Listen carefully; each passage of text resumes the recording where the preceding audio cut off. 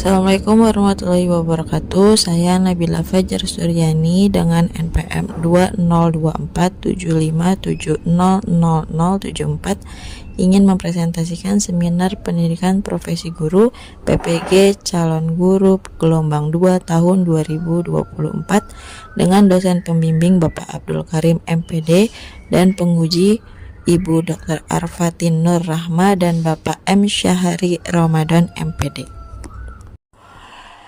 Dimulai dengan identifikasi diri, yaitu visi saya untuk pendidikan di Indonesia. Yang pertama, meningkatkan kualitas pendidikan dengan pengembangan kurikulum yang relevan dengan mengikuti pelatihan guru dan penggunaan teknologi seiring dengan perkembangan zaman. Selanjutnya, mendorong sistem pendidikan yang inklusif untuk memastikan setiap anak, termasuk dengan kebutuhan khusus, dapat menerima pendidikan yang sesuai dengan kemampuannya. Dan yang selanjutnya, menanamkan nilai-nilai karakter seperti integritas, tanggung jawab, kerjasama, dan memiliki sikap pemimpin dalam pendidikan sehingga tidak hanya berfokus pada bidang akademis. Lalu selanjutnya visi saya sebagai calon guru, yaitu yang pertama menjadi calon guru yang dapat menginspirasi dan memotivasi semangat dan minat peserta didik untuk belajar. Selanjutnya, menjadi calon guru yang memiliki rasa empati dan kepekaan terhadap kebutuhan dan keadaan peserta didik berdasarkan latar belakangnya yang beragam serta bersikap adil. Menjadi calon guru yang kreatif dalam proses pengajaran dan mampu menciptakan suasana pembelajaran yang menarik dan relevan untuk peserta didik. Selanjutnya, menjadi calon guru yang mendukung pembentukan karakter peserta didik dengan menanamkan nilai-nilai positif. Dan selanjutnya, hal yang saya lakukan untuk mencapai visi tersebut. Yang pertama, saya akan mengikuti pendidikan dan pelatihan untuk meningkatkan pengetahuan dan keterampilan tentang pengajaran yang inovatif, pendidikan karakter, dan pembelajaran berdiferensiasi. Selanjutnya, saya akan ikut serta dalam kegiatan di luar kelas untuk meningkatkan kemampuan empati dan agar lebih memahami dan menghargai berbagai latar belakang peserta didik. Selanjutnya, saya akan terlibat dalam kegiatan kolaboratif seperti pertemuan guru, orang tua, dan lain sebagainya untuk membangun hubungan baik dengan rekan guru, peserta didik, dan orang tua. Selanjutnya, saya bersedia menerima umpan balik dari peserta didik, rekan guru, dan lainnya sebagai evaluasi keberhasilan dan bagian mana yang perlu ditingkatkan.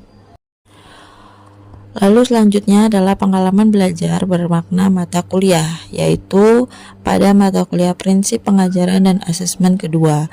Mata kuliah ini merupakan lanjutan dari prinsip pengajaran dan asesmen 1 dan bertujuan untuk memperdalam pemahaman mengenai perencanaan, pelaksanaan, dan evaluasi pembelajaran yang efektif. Yang dipelajari pada mata kuliah tersebut adalah yang pertama, mempelajari dan merancang asesmen awal untuk mengetahui pemahaman dan karakteristik peserta didik.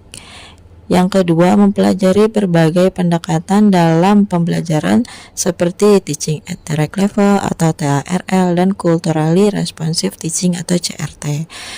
Dan selanjutnya, merancang rencana pembelajaran dengan pendekatan tersebut. Lalu pembelajaran yang bermakna yaitu merancang asesmen awal untuk mengetahui pemahaman dan karakteristik peserta didik.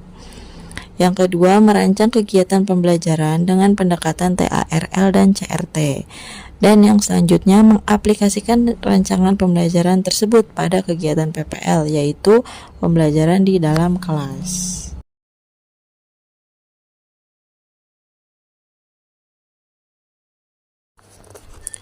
Selanjutnya yaitu desain inovasi pembelajaran, yaitu saya menerapkan pendekatan culturally responsive teaching pada pembelajaran.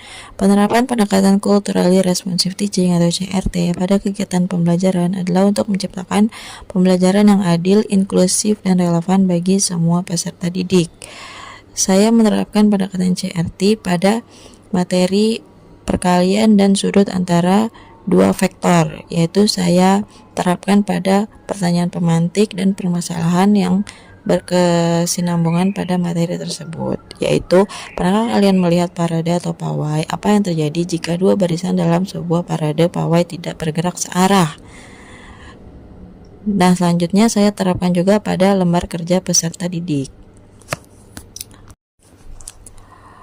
Lalu manfaat pendekatan CRT pada pembelajaran yaitu yang pertama, meningkatkan keterlibatan peserta didik dengan pengalaman dan latar belakang budaya mereka.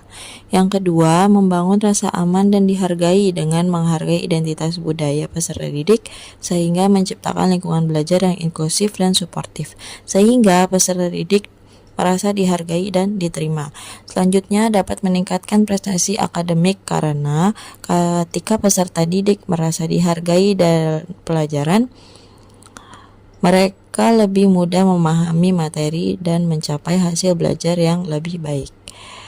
Yang selanjutnya, CRT mendorong peserta didik untuk memahami dan menghormati keberagaman budaya, membantu mereka menjadi individu yang lebih terbuka dan toleran.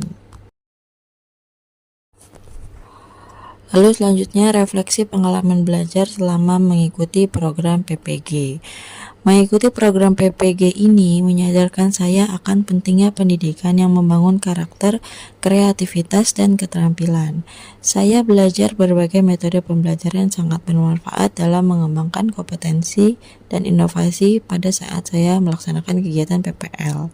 Saya berharap program ini terus berlanjut untuk mendukung peningkatan kualitas pendidikan di Indonesia. Lalu rencana tindak lanjut saya adalah yang pertama, membangun hubungan yang positif dengan peserta didik. Yang kedua, menerapkan pembelajaran yang berpusat pada peserta didik. Yang ketiga, aktif mengikuti kegiatan kolaborasi lainnya untuk menciptakan lingkungan belajar yang suportif dan kolaboratif. Dan yang selanjutnya, melakukan refleksi dan evaluasi metode mengajar. Sekian presentasi dari saya, kurang lebihnya mohon maaf. Wassalamualaikum warahmatullahi wabarakatuh.